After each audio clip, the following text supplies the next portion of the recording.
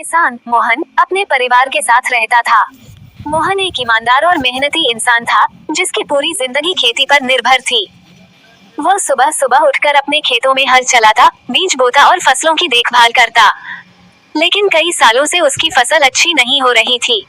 कभी बारिश समय पर नहीं होती, तो कभी कीड़े फसलों को बर्बाद कर देते। इस बार भी उसकी फसल अच्छी नहीं हुई और उस पर बैंक का कर्ज भी बढ़ता जा रहा था। मोहन के पास अब ज्यादा समय नहीं था। साहूकार बार बार उसे धमका रहा था कि अगर उसने कर्ज नहीं चुकाया, तो उसकी जमीन छीन ली जाएगी।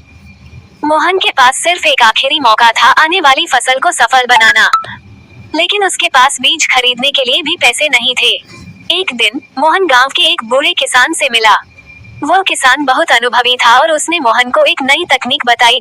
जैविक खेती विधि में कम लागत में अच्छी फसल उगाई जा सकती थी।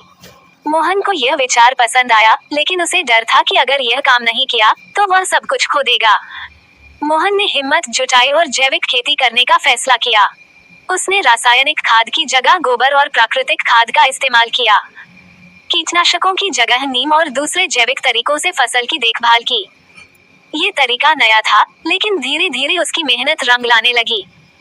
उसकी फसलें हरी भरी दिखने लगी और गांव के बाकी किसान भी उसकी इस नई खेती को देखकर हैरान थे।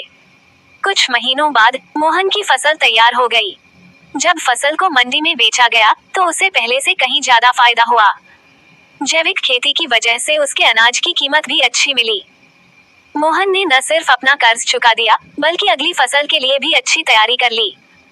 मोहन की सफलता देखकर गांव के बाकी किसान भी जैविक खेती की ओर आकर्षित हुए।